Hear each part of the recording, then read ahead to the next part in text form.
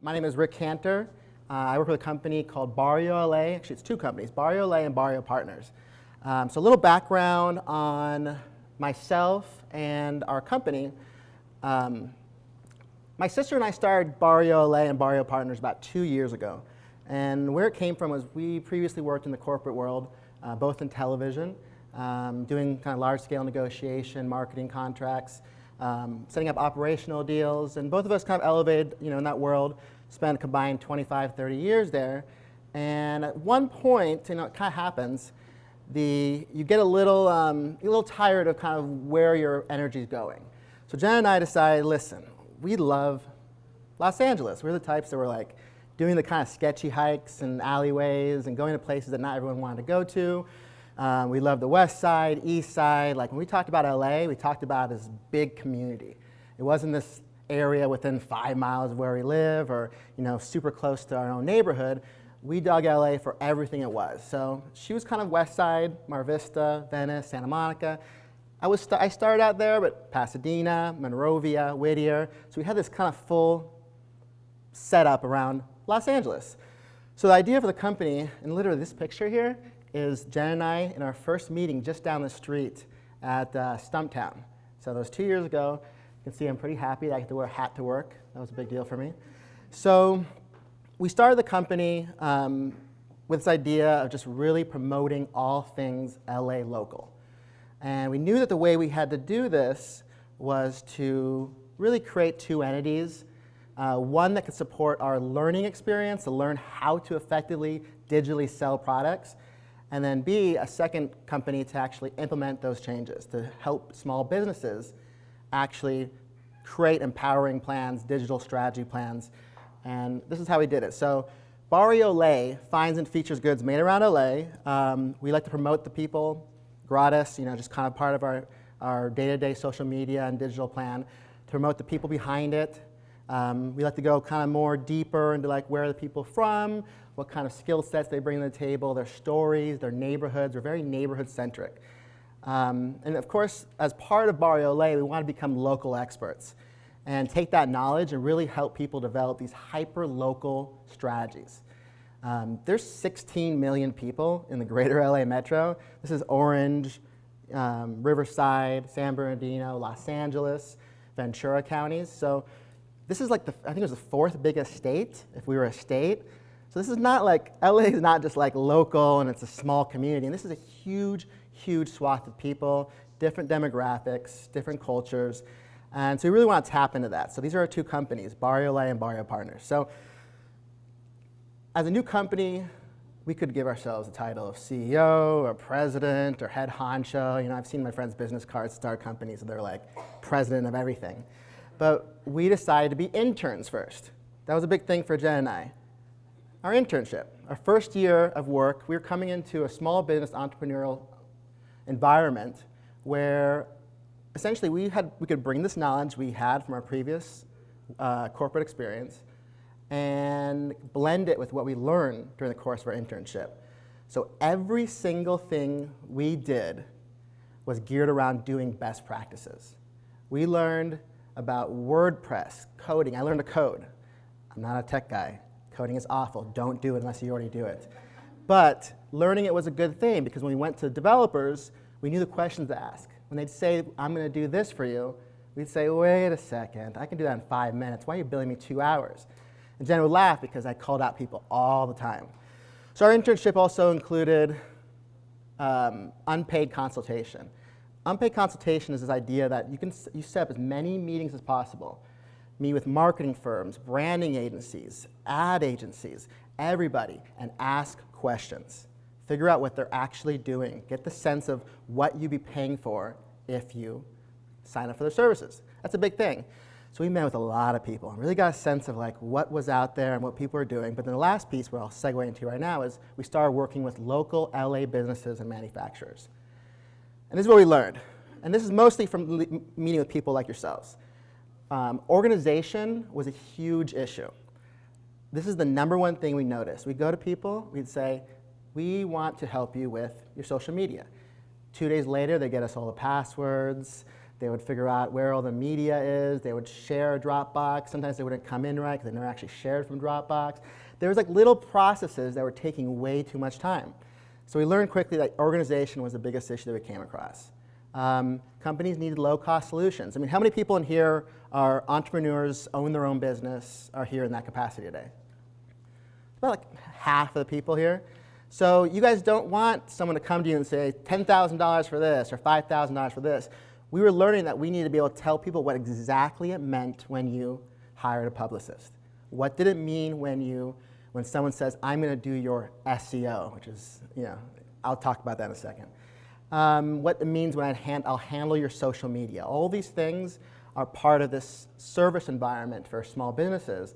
It's a little overwhelming at times. I mean, everyone here, just give me a little confirmation nod. When you go out and try to figure out how to do that next step, it's daunting. There's a ton of information online. So we learned that there was things they paid for that they could do themselves, and they didn't have the time to do it because the research or just the action of actually doing it seemed like it was too complicated, too difficult, and it would take too much time. So the first thing that we learned, I mentioned before, from our internship was organization. And the quote below is great. Today's workforce spends 61% of their time managing work rather than doing it. That's when you get a question about, oh, let's do a promotion on next month, and you spend as much time trying to find that image you want to use for that promotion. You spend as much time maybe setting up a software program you've never used to manage the task related to it. That's a big part of it. Organization is a huge part of it. And Jen and I spent a lot of time really getting a sense of how best to keep all of our information in one place and be as effective as possible. And the best tool we found for that was Slack. Anyone here use Slack? Good, I like to see a few hands. I asked that 2 years ago, it wouldn't have been anybody. They're a new company. It's pretty cool. They got some culture cred now. They were on Silicon Valley, where, if you guys remember, anyone here watch Silicon Valley? They made a mention of it. It was kind of funny. Like, if a messaging system can have a $9 billion IPO, we can do the same, or something along those lines. So, Slack is huge. Slack was used by some of the biggest organizations in LA nationally that really need to have effective communication internally. Slack is email meets IM. It's you can organize your content by hashtags. I'm going to show you guys a screenshot in a second here. Every word is searchable. So basically, you take Slack and you just put all your communication in there. Everything that you say, everything that you talk about, every idea, every next step, everything that related to your company is of relevance goes there. If you have a conversation 6 months ago on Gmail, who here thinks they can find it within 5 minutes? Really? Savvy folks. You got to talk to me because I can't. I lose things on Gmail. It becomes like a inline, where the font gets really small on the side. We've all dealt with that, right? And that's just me personally. We have a Gmail. Don't get me wrong. We totally use it all the time. But Slack for us internally, if I have a great idea, I see like this cool promotion happening on social media, screenshot, send it to Slack, write a little blurb on it, leave it there. And if I have an opening to do a promotion later on, I reference it. You can put media on there. It's available on your desktop and your mobile, and multiple teams are available. This is our setup right here. So you can see on the far left, I wish I could hear. Let me see if I can do this. Can you guys hear me well? You can see on the far left here, these are essentially the teams that we work with. So these are different organizations. We do a lot of strategy support for companies. So that's what you see on the left. And then as well here on the second to left, those are the hashtag folders. So basically, I can write something out. Let's say I want someone to go to Innovation Chamber. I go and I write out something great that's really innovative, and I want to remember it later. At the end, I hashtag Innovation Chamber. It's where I wrote it and in that folder. Pretty simple. It's nothing. This is not brain surgery on Slack. It just gets it to the point where you have multiple team members, 2, 3, 4, 5, 10, as many as you want, that are interacting in one place. It's one reference point. You have that easily accessible. Where did that conversation happen again? What were we talking about? All from one place.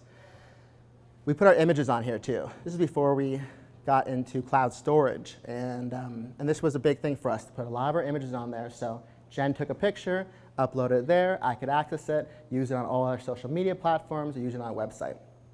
So, any questions about Slack?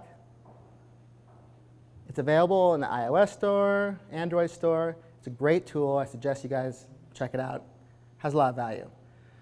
So number 2, so we danced around cloud storage for a while. I mean, who in here has like 4 or 5 cloud storage accounts? You use the maximum they give you for free. You know, you put some pictures here, some pictures there. We're all guilty. You don't have to raise your hands. But we did that for a while. We tried it. We're trying to lower our costs. We want to have like, okay, documents related to clients are in Google Drive, and then Jen's Google Drive would have video that we have done in the last month. And it got to the point where the question that became the inefficiency was, where is it? Right? We've all done that here. Everyone here has been like, where the heck did I put that thing? We buy cloud storage now, and it's great. It changes everything. We sync it to our desktop and mobile. Google Drive and Dropbox are my 2 favorite. You can use Amazon as well. Price points are pretty similar, $10 per month.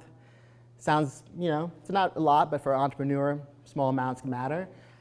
It's worth it. So we now put every single document, every single piece of media, from our business documents to our password documents to anything related to our company, we store it on Dropbox.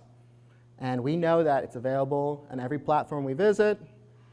We never have to worry about space. I mean, literally, I don't know if you guys have done this. You move 2 pictures out of your free account and move it to the other free account, and it just becomes a mess.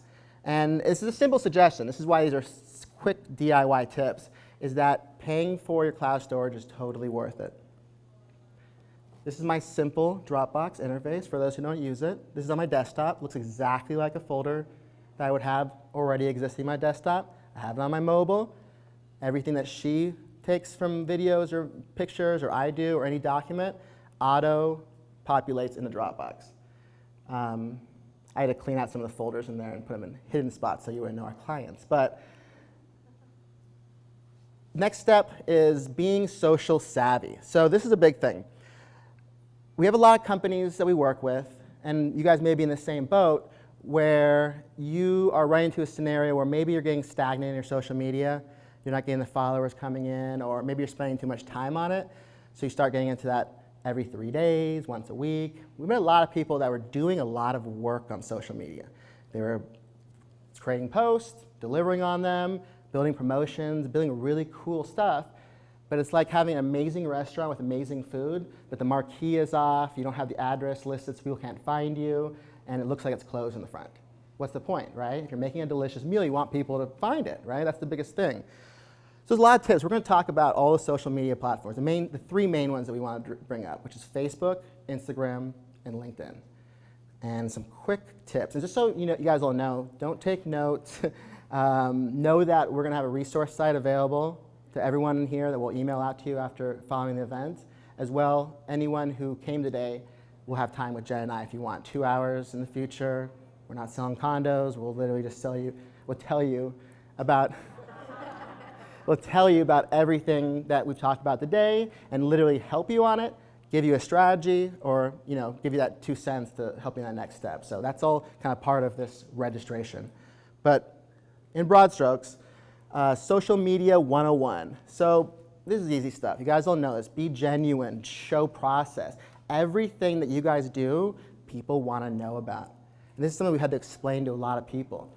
You building something in a factory, you packaging something for delivery, you guys have seen this. I mean, this stuff is, go to YouTube. Opening boxes now is like a thing, right? My kid loves the opening of the little kid boxes. It's 2 hands. You guys have seen this, right? That's process. They're showing you how to open a box, and there's something that's captivating about that. So people want to get a sense of what you're doing, why you're real, you're here. You are doing things that are tangible and are visible, right? It makes sense. To you, it's like your day-to-day. Okay, I'm back in the facility, I'm making what I make, and maybe you think that you have to do it super professional. You don't. Just capture it all, and store it on Dropbox or Slack. Connect with people, don't direct. That's a big thing. I mean, we all get caught up in that. We do as well. You know, telling people to do something, go to my site, buy this, do this. Connections are better. Correlating, you know, sometimes saying where you are, the neighborhood you're at, the kind of work that you do, you know, can correlate with someone specifically. Hashtags are big. We use max for Instagram. We use 30. Then obviously you guys know, don't overload it on Facebook or Twitter. I try to stay away from the embedded into the body of the email, the post. A lot of people do that now. It's like, it's so hashtag cool to be hashtag here. That doesn't really, you have to look at the words and what they're doing. There's folders in Instagram and Facebook that people access every day, right? They look at every day. Pick of the day, Insta pick, that's on Instagram. And there's some that are niched, that are related to your industry that may be searched once a month. And then there's the branding ones. So try to do a mixture of that. You want people to find you now, you want people to find you a week from now, and you want people to find you when they're looking for you. Does that make sense? So posting from your phone is a big thing. With cloud storage, you don't have to worry about, you know, running out or your phone, maybe possibly losing pictures on your phone, or it makes you nimble so you can be out and about. You don't have to go to your desktop. Repurpose. This is a big thing I read about that we learned quickly is a lot of people weren't repurposing. Maybe they did something great, didn't resonate when it did because of technicalities. They posted it in the wrong time. Maybe they posted it in a time that wasn't busy for social media, whatever it was. Maybe it was a great promotion, a great idea. It didn't resonate. Well, can anyone tell me here their favorite retailer, what they posted last week, last Friday? Like, you can't. So no one will remember that you're reusing the content. Remember that. It's there, you did a good job on it first time, repurpose it. Maybe change the copy if you want, but you can totally repurpose it. And you can delete the old post if you don't want to have this redundant image in there. But that's a big thing, that getting value out of this stuff. You want to monetize everything you do. You know, when you're building something, when you take pictures, using it once and walking away, that's not the full value of what you've done there. This is important, is accessing social media on mobile and desktop. It's more relevant to Facebook. I'll talk about that in about 2 seconds, but you really need to access from desktop because there's functions on desktop that aren't available on mobile. That's a big thing, and I'll talk to those right now. And obviously have an account in every platform. If you guys don't use Snapchat or Flickr or Google Plus or whatever it is, still have an account under your name, own it. No dead ends. You guys should not have, no business owner should have any dead ends. If they go to Flickr and you're not there, or they go to Yahoo, whatever it is, Yahoo Businesses or Google My Business, you should be everywhere that's visible, because if they don't find you when they're looking for you, you've lost that business. That's right, that's kind of digital 101 right there. So, schedule posts. Facebook is 2 more slides. This is a big thing for us. We use Hootsuite, and if you guys, who here has used Hootsuite? So a lot of folks use it often, I imagine. For those who don't use it, it's great to be able to schedule your posts out. The syncing of posts isn't great. You sync from Instagram to Facebook, you're going to run into issues. You're going to run into attributes that don't travel right with the content, so you have to edit it when it gets over. You're going to run into the look and feel, right? Emoticons are pretty cool on Instagram, but when you take them to Facebook, they look kind of funny sometimes. So that syncing of content is the greatest. So you're better off taking one post and posting across different platforms. You get 3 streams for free. You can pretty much pick Facebook, Instagram, Twitter, and schedule your post. Put your media right there. You pick on the left where it's actually going. But it really, for us, what we do is we like to program out maybe like once every couple of days a post, just in case. Just in case something comes up, we can't, maybe our computer goes dead, our phone dies, we have too many meetings, just so someone's scheduled to go out and something's, there's that relief of that backstop, or that content is being scheduled out. So Facebook, okay. Who here uses Facebook for business? Pretty much everybody. Oh, not everybody. So about half the crowd, okay? So Facebook is, to me, the best for conversions. You have multiple links, obviously. You can put links in all the content. You have so many features that are overlaid now on Facebook. They're really trying to become like a business model, right? Their ad structure is pretty good. Facebook ad can target down to the minutia of a person. You can target demographics, things of interest, the way they actually interact with the content. So Facebook is great for conversions. Tough to get eyeballs. Who here has spent like 20 minutes, an hour, building this amazing post, and you're like, this is so cool, everyone's gonna love it, it looks so clean and perfect, and it's got a call to action, and wow, I'm so impressed. You click submit, and like 30 people see it. We run into that, right? We all run that, because Facebook wants you to buy it. That's the inevitability of it. So the biggest thing from here, and we're gonna talk about these tasks one by one in a second, but is to basically take advantage of all the horizontals in Facebook. Who here has done notes? It's basically Facebook blog. One person has done notes. Do them. Take a blog from your website, write a blurb about your company, because it occupies a horizontal on Facebook that is that first scroll. Nope. So you basically have the sections, you have the tabs, right? And if you go to Facebook, let me see if I have Facebook kind of here. Of course I don't. Okay, well Facebook, we all know, is gonna be your post, right? And then you have maybe videos, and you have events, offers, services, photos. That's when you go to your home page and you can scroll down, you see all that stuff, right? People don't go to pages and scroll down all the way. When you hit that learn more button, which is basically the back posts, the loss rate is like 90% there. So that first horizontal areas that occupy the front of your page, if not all of them are occupied, then you're not getting the return on what's there. Does that make sense? So you need to actually put something there. It's kind of back to what we were talking about with social media and being on every platform.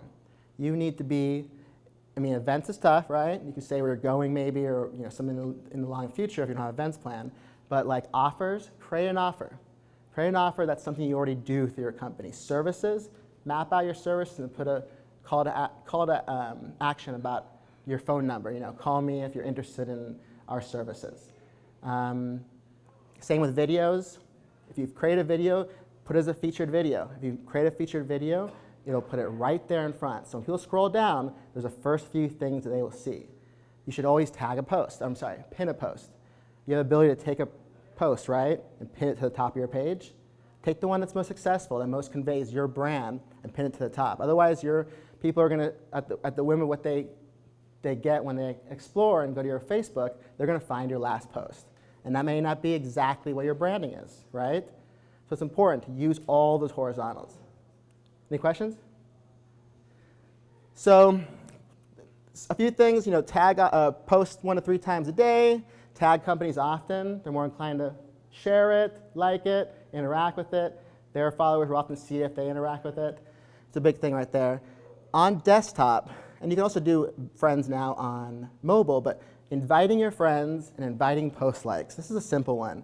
I know you probably all have done this, but invite your friends. They are your #1 advocates. We've sat down with people for 45 minutes. Invite them. No, I feel weird. It's my business, and I don't want to talk about it. I don't want to force them. It's of so much importance because you have somebody out there who knows you, who knows your value, and they're going to share it.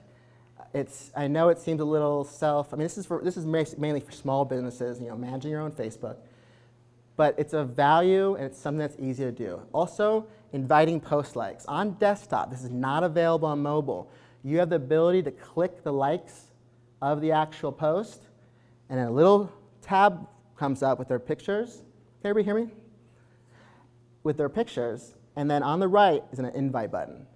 Click, click, click, click, click, click, click. They get a little notice in their notifications in their Facebook that says, you've been invited to follow this account. They click it, they follow it.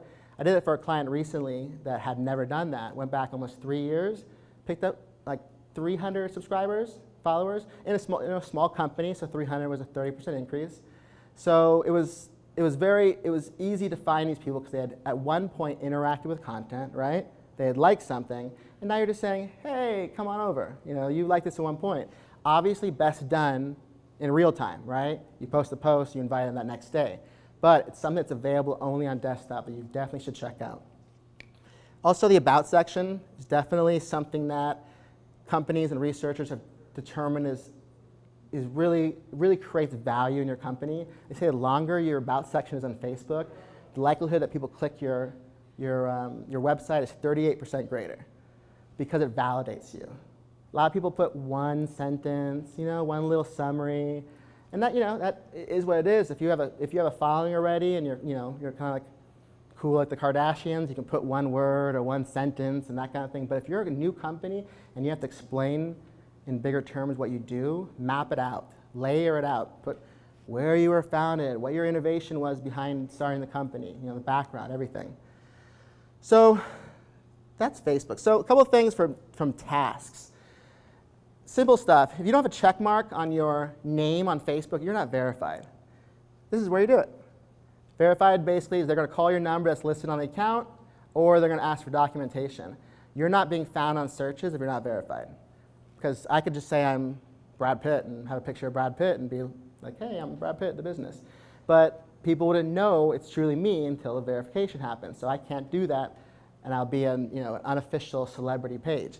To become barrio.la Facebook, we had to submit our tax documents to show that we are barrio.la, that's the name of our business, and then that actually connects to everything else we're doing, and then we're a validated company, and we're going to be suggested to other people that are interested in LA or e-commerce. Question. Yeah? You want Facebook to have your tax documents?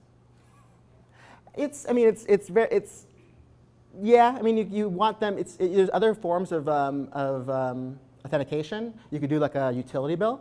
Much better. Yeah, and they'll call you too. They can call, you can call anything that says your name on there is gonna work. And there's a list of like 4 or 5 documents. So I think we did a phone call. They called us, your Facebook code is 1234. I typed in 1234, we were good. So second, set your preferred audience, another setting here. They added this function just not too long ago, now everyone does it. And I know a lot of people in here, what I'm telling you may have already done, but this is important. Set it. Know your audience, let Facebook target them for you. I think this is for us. So, we're very local. Yeah, LA. Oh no, wait, this is for a client. So you can see there that we target specific neighborhoods of their service area, where they work, the age, language, then the estimate. That means 2 million people are in this kind of network of people that are receiving content that could receive suggestions to follow their page, go to their website.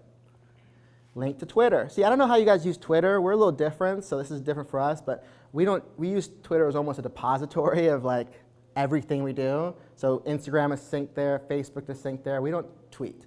So we're a little different. A lot of people here may, but for us, real quick, facebook.com/Twitter allows you to sync up your Facebook accounts to Twitter. It's a good format, does the first part of the post and then link to the actual post. So it doesn't look funky. Sometimes syncing, like I mentioned before, looks funky. Facebook to Twitter doesn't, it looks fine. So another way for you to kind of get that content out, you can hashtag it and have it be in a Twitter hashtag environment. So next is Instagram. So Instagram is great for quick engagement, right? It kind of appeals to the ego of us. You put a picture out there and all of a sudden 30 people like it in the first hour. And for Facebook, you got to pay $50 in an ad buy to get 50 likes. So it's a different environment for that way. But Instagram is not as good because of conversions. You have one place to link, right? In your profile, you have a website there, and that's it. You can't link from posts. There's nowhere else to do it. You can buy an ad, but then you're paying for it. So you have one place. So for us, it's really important to get our branding out there and then make connections. We make a lot of B2B connections there, tagging to neighborhoods so we can find restaurants, people working in those neighborhoods. But by all means, for Instagram, set up as a business account. If you haven't done that already, I'm sure most of you have, but if you haven't, do it. You get the insights, you get the analytics. You can see, you can see how many people viewed your post, the engagement. You can do big picture stuff, look over the course of 7 days, 30 days, 2 years, see your most successful posts, right? And then at least then you can see specifics about you posted at a certain time with certain hashtags, and oh my gosh, this one almost doubled the viewing, but maybe you didn't have the engagement, so something was missing. Allows you to actually now analyze your Instagram posts. We spend a lot of time on there, and you should be able to look at the kind of the quantifiable metrics, right? We post at least once daily. One thing that we do, and this is a little trick that Jen and I are big on, is we just like to really kind of use Instagram as a way to connect ourselves to communities. So if we are at, let's say we're here tonight, we are here, and we post from here, we click that place. Now places are public. People sign up for places, put places on their posts saying I'm at this location, but they're private people. Their posts still are public. So you get an area where you can interact with people that otherwise, from a business standpoint, you wouldn't be able to interact with. These are private people, private profiles, publicly saying they're in a certain place. We go there, we like it. If it's something that we did that they're doing as well, we comment on it. We form that connection so they realize that, yes, we are a company that's in your neighborhood, doing local things and doing what you are doing as well. And that's an easy way to connect with people on a personal level. Obviously, the quality is important, but quantity is also important on Instagram. There's a lot of people, anyone out there who's really building up a follower base, is out there commenting, interacting with content, doing it often and when they can, and that's a big component of it. You really have to, if you can do Instagram, it's either all in or just put a big beautiful picture on there with your website and step away. It really, every week or that's not going to be the strategy that's going to work for you. And we've seen that, and it doesn't work. If you have stuff that's timely and relevant, that you can do that every week and people are going to be interested in what it is, maybe. But people expect daily content. And that's kind of back to what we talked about before, process, everything you're doing, the day-to-day actions. And also PixArt is great. I just add that in there because it's a mobile program. If you can't edit your pictures in your desktop, Photoshop and doing it how you do it, PixArt is great. It's simple, they have filters, cropping tools, everything you need. It's probably the best mobile app for making updates to your pictures that are professional level. So this is how you set up a business account. Super simple. We'll breeze through this. You're essentially just clicking the settings. Mine's already set up, so I can't do it, but switch back to personal account. We'll say set up business account. Sync it to Facebook. Yeah? Sorry. Quick question. You mentioned about posting once a day. How much posting is too much posting? On which platform? Instagram. I mean, you can go 3 to 5, and people, 5's a little much. Yeah, but I would say 1 to 3 is probably the sweet spot. Okay. So if it's like relevant to like an event, like sometimes when we have event days, I'll literally post like 12 times. But I'm reposting, so. Yeah, I would do, what's that? Can you repeat the question? Oh yeah, the question is when is there a certain amount of posting that's the right amount for Instagram? And then when you do an event or something specific, is it bad to post a lot at once? I think it depends on how active you are otherwise. If you are doing 12 on Wednesday and then nothing comes for a month, no, it's not, it's not value. You should be advertising that stuff. You should be posting it, this is from last Wednesday, throwback Thursday, flashback Friday, right? And keep doing that and referencing so at least it comes in a continuous flow. Otherwise, you're gonna get caught into this, it's almost like a one-way relationship when you're like that. You just put a lot of stuff out all at once, and then that's it, step away, right? And so to grow an Instagram following, it's gonna be difficult unless you do that, unless you post daily. So you want it to be consistent but not too much. Yeah. You don't want to have too much. You don't want to really be just like saturating it with one element too.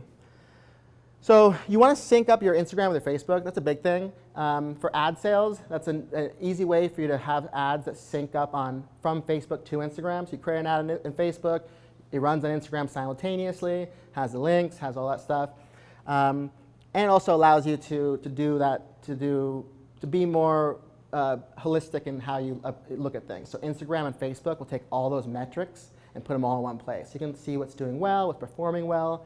And it became, Facebook owns Instagram, so obviously this is their advertising environment. So LinkedIn, and how are we on time? About 5 minutes. Oh, 10 minutes. okay, I'll breeze. So on LinkedIn, LinkedIn is more than finding jobs and what it used to be. It's really B2B. You guys should all be on LinkedIn. You should have a business page set up. If you have a business, 100% business page set up. It's static. You write copy, you put a picture, you're done. Connect with people. Whenever you make connections, think about where you want to connect with them at. LinkedIn is a great place for that. In my old capacity, we use LinkedIn almost exclusively for new business. If we were looking for distribution of, let's say, Food Network on a new airline, we would find the contact for JetBlue and Delta and United from LinkedIn. It was the #1 source of us for creating new business content. So interact in there. It's a quiet place. Not everyone uses LinkedIn so much. So if you put a post out there, people are going to see it. We do stuff where, on Facebook, we'll get maybe 16% of our total followers on a typical post. And on LinkedIn, I'll get about 50%. And Jen and I have been in business for a while, so the network's pretty big. So I go to that and I say, gosh, I should be only posting on LinkedIn. So you have this opportunity for partnerships, not just conversions, people buying things. You have this opportunity for someone to say, oh my gosh, I'm doing this, and you're doing that. Let's see if we can partner on it. And like I said, it's an uncrowded space right now. You do a post, and I know the people in my network that post, because I see it. Whenever I go to LinkedIn, it's right in front of me. Join groups, add your business contacts to the network, and try LinkedIn ads if you can. LinkedIn ads are good. They're typically free if you only pay per conversion. So it's like a PPC environment, pay-per-click. So you can put an ad out there, and if no one clicks it, you're not paying anything. If someone clicks it, you pay. So LinkedIn just changed their algorithm and their memberships this week. Do you still recommend that for startups, since basically it would be harder for people to search you? Yeah, the advanced searches. They took away the advanced setting, the searches. Yeah, so basically LinkedIn changed their algorithm just like last week. And one of the things they did that people were getting really ticked off about was the advanced search settings, right? Or just even like the search results, only 2 people will show up. Yeah, and I used to make it so you could really find people like specifically. You want to find somebody. I think they're trying to monetize that. And even on the professional LinkedIn account, people were complaining about it. I had a few people tell me they'd left LinkedIn for that reason. So you're right. I mean, Microsoft buying it could have changed things, but no matter what until then, it is still the best environment for those connections. I think they're just trying to make it more difficult. I'm thinking they're trying to monetize that in some way, right? Oh, you want to get contact with this person that's not in your network? Oh, you need to have this special search function. I mean, and Microsoft has a tendency, I don't think there's any connection to Microsoft around here, but they have a tendency to screw things up. So, I mean, I worry about that a little bit, 'cause I love the push through we get on LinkedIn. So, but good question. So yeah, so this is LinkedIn. So on to the digital footprint. I'm gonna have to breeze through this, and this is fun stuff. So SEO, just so you guys know, means play by Google's rules. That's all it means. All you're doing is making it easier for Google to find you, index you, talk about you, and you have to just play by the rules, whatever they need. So basic stuff. Organic SEO is the most vital to you. It's long-term. This is all stuff that's built into your backend on your website. It's different than when someone says, hey, I want to do SEO for you. Who here does that? Does anyone do that kind of service? Making sure? OK. They're usually saying, buy an AdWord, pay for a PPC campaign. That's great stuff, good stuff. You get pay-per-click. Someone goes to your website, you pay a little bit. AdWord. Someone searches for the function that you bought, the AdWord you bought, they find you. Good stuff, but it does not create SEO. It creates a campaign. It creates something that is deliverable at the moment of and during the flight of the entire campaign. Organic SEO is everything on the back end. It's specific to your CMS, which is like WordPress. What do you guys use out here? WordPress, Shopify, mixture, maybe. There's a lot of different services out there. But when you're talking about SEO, first off, you have to set up your Google Search Console. This is the most basic element. This is Google Webmaster. You guys familiar with Google Webmaster? It's basically where you're going and you're saying, this is who I am, I own this site, and I want Google to index me so people find me in searches. That's it. And you have to be there. And you have to go in there and say, I am this website, and Google send your little bots. They go around, this is my little bot dance, and they go in and they go and check all the pages. They check your sitemap, which is like your directions of how to get around your pages, and they index it. They look for focus keywords. Every page has a focus keyword. It can be a long string, which is like a phrase someone would search for, or it could be like, for us, made in LA. That's what we use in a few pages. Meeting this criteria is how you get good SEO. Each page should have about 300 characters. Should be one link going out. Google wants to make sure that your page is relevant and informative. That what you're putting out there is something that people are interested in, so you're being selfless. Hey, go check out this website. It's pretty cool too. That's informative, right? It's not all for self-promotion. On there, you should have a page title, URL, and focus keyword should be named similarly. So you have a focus keyword, like I said, it's the search function. Let's say for us, barrio.la, made in LA. I make the page made in LA. I make the URL, barrio.la/made in LA. I write made in LA in the copy. Hey, we have stuff made in LA. They're looking for stuff made in LA. I've used that tag word, that focus keyword in a few spots, and I'm able to get more attention from Google when they search for made in LA. That's SEO. Alt text is one other thing too. Every picture, you guys have seen this, who has Shopify in here? You have Shopify? So you know in Shopify when you have pictures and you do description or, and it says alt text, that's why it asks that. That's where you're plugging it in. You want people to find that media image from that word. Alt text should be the focus keyword. Those criteria, all these things, that's what determines your SEO. The title is how it looks on Google searches. The description is on the bottom there. Make in LA, in this case, would be the focus keyword, right? You see? So make in LA, make in LA, make in LA. Good job. Okay. Yeah. So you have make in LA in all three spots. So when you type make in LA, we're not going to find, we hope to find manufacturers that make stuff in LA, but because you own that brand, you're finding make in LA first, and they're going to be in the top. So it's important to know that that's what SEO is, and it's really not that complicated.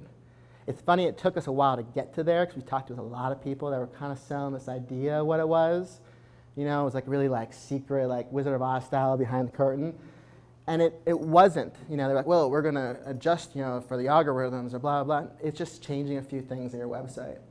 And if you use WordPress, it's super simple. Just get Yoast. Y-O-A-S-T. Yoast is the best plugin. Sets it up all for you. It's all wizard out. It's super easy. But this is SEO.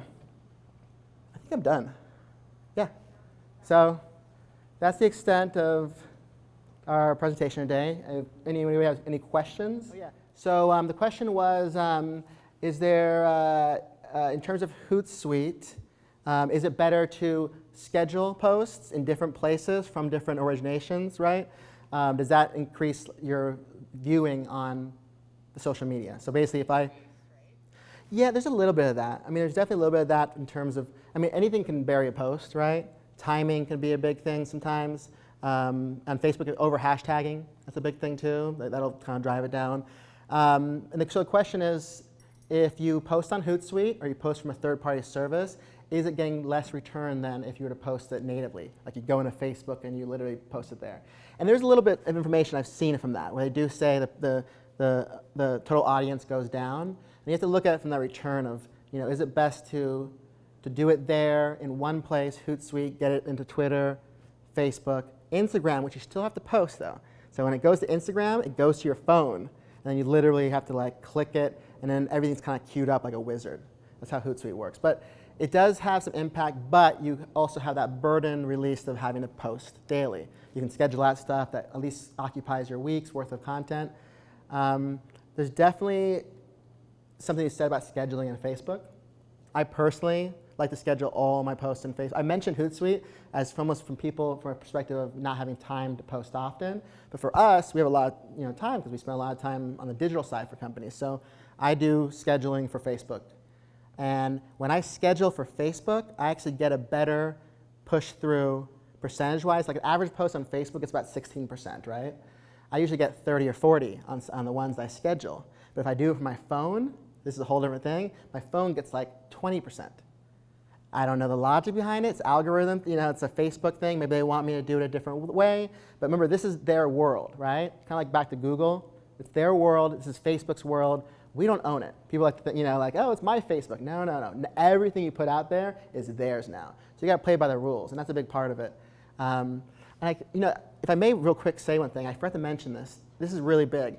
For all the platforms, always find the the newest service that they're doing and utilize it. If they're promoting it, that's the best return in terms of algorithms. So like right now, Facebook Live, use it. They're talking about it. I mean, I don't know, it was an awful Facebook page that I must have followed like 10 years ago, and I just had it pop up. He's starting a live video. It's right up front. It gives me a little red blinking. I'm like, oh my gosh, this guy has no idea that he just got the best return on this post, you know, because Facebook wants you to see those. Instagram stories, Instagram Live. The newest stuff is going to get the best viewing because they want it to be good. They want people to say, this is awesome. I'm going to use this all the time. Then maybe it goes back to having the same return as a typical post. So, but know that's a big thing for sure. Yeah, so the question was, is there a better time to post on Instagram or on all platforms?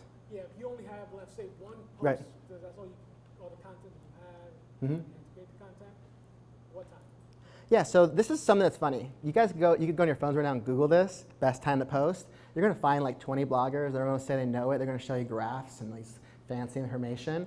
And every single time slot's going to be different. Every single time, 1 to 3, midnight, 3 a.m., 6 p.m., it's all going to be different. In terms of you, check your Instagram. On Instagram, you can actually see when people are active. There's a little bar graph. It'll tell you the #1 peak time. Ours is noon, probably lunch breaks. We do a lot of business to business, so people are on like consistently all day. But 6 p.m. is a big one too. We get a lot of 6 p.m. is the sweet spot. We like overnights. We have a lot of candies and stuff. We just kind of think it's for the, the up late munchies kind of crowd. And we'll post something like that at midnight, and it'll just be like out the roof. And it'll just do great. So target that way. Where can I find that? On your Instagram? Yeah. Oh, you can go into Insight, and I think it's the first click, and it'll show, it's a little bar graph. So on your actual phone, Instagram, click around settings, and if you're a business page already, yeah, you should have access to great analytics around your followers, when your followers are up. So, yeah? Okay, yeah, the question is, should summaries be different across different platforms? The way, when you write out a post, the summary of it. And I think it's a matter of time. So in this environment here, I want to talk to you guys from a perspective of, you guys could be small businesses, one person, doing everything, or part of a larger organization that maybe has a social media, staff member, intern, or director, whatever. So for us personally, when it comes to the message, we can do different messages on every platform. We tend to because in some cases, you have obviously like the character limits play into it. Sometimes we'll post like a WordPress. We have a sync to Twitter. So if we post a product and it syncs to Twitter, it doesn't look that great because it cuts the picture in half, right? So there's a lot of that stuff. I mean, those kind of details are really important. I think that if in the ideal scenario, I mentioned Hootsuite from a task management perspective to alleviate the time necessary to schedule social media. But if you can post in every platform, it's better that way. You can always get a better return, and you can be proprietary. Because on Facebook, right, a link has to have a 1200 by 628 image, right? A 2x1 rectangle. If you put a square, it's a little tiny square on the side, and it looks horrible. You do the wrong size of pictures, and Instagram is always 1x1, obviously. LinkedIn doesn't allow you to necessarily change the picture that comes with the link. Sometimes it'll make you keep it on there, so if the link isn't set up well, then you have this awful picture. So playing on each platform will allow you to deviate the risks of something not looking the way it should look. Oh, so campaign's the same. Okay, so the question was, she had an event, and she did 2 events, I'm sorry. And 2 events, one event, it got like 1,000 interactions. Engagement was exact same budget, great engagement, people signed up, and the other one had 60. I totally get it. That's something that comes up a lot. I mean, for an event, because when you're boosting an event, it's a little different, right? Your return is not as great. You're going to be able to reach on there is much lower than any other kind of post. I'm going to say first off, you don't want your event to have too long of a name. If your name is too long, it won't show up on mobile. And they give you that. Facebook helps you with this stuff. You start typing it long, and they'll say underneath, this is too long. They'll let you do it, but they'll say it's too long. Did your images? Sometimes images will have text in them. You guys know that, right? Links images in Facebook run as ads. If they have text overlaid on them, they're going to get horrible, horrible push through. They didn't used to tell you that. Facebook now tells you. They actually say it there. This ad is not going to do very well. That's basically what they say. What's that? You have too much text in the image, they won't even. Yeah, now they don't even do it. It's within like 4 quadrants now. They used to let you do it, but then you'd be like, dude, I paid $10 for 10 views. Like they got you. Then now they give you that warning. People are probably getting mad. I don't. In terms of the event, I mean, I think you just need to stay at 1,000 Oaks probably. What's that? Oh, then stay at Northridge. I mean, right? It's strange. And that's the thing about, like I mentioned in there about adding people, right? Like every post on Facebook should have some sort of attribute, at person, I was here and I saw this company and this, because you get the shares. So I imagine maybe you got some shares on the other one, but 60 for a boosted post on one event is awful. Right. That's just really awful, and there should be no explanation because it probably ran for a few days, I imagine, because of an event. Well, they both ran for like a month. They like literally exact same similar time. And I see this all the time. I want to go. I mean, like, I'm sorry, I'm like a doctor. I want to go in and check it. I'll show you.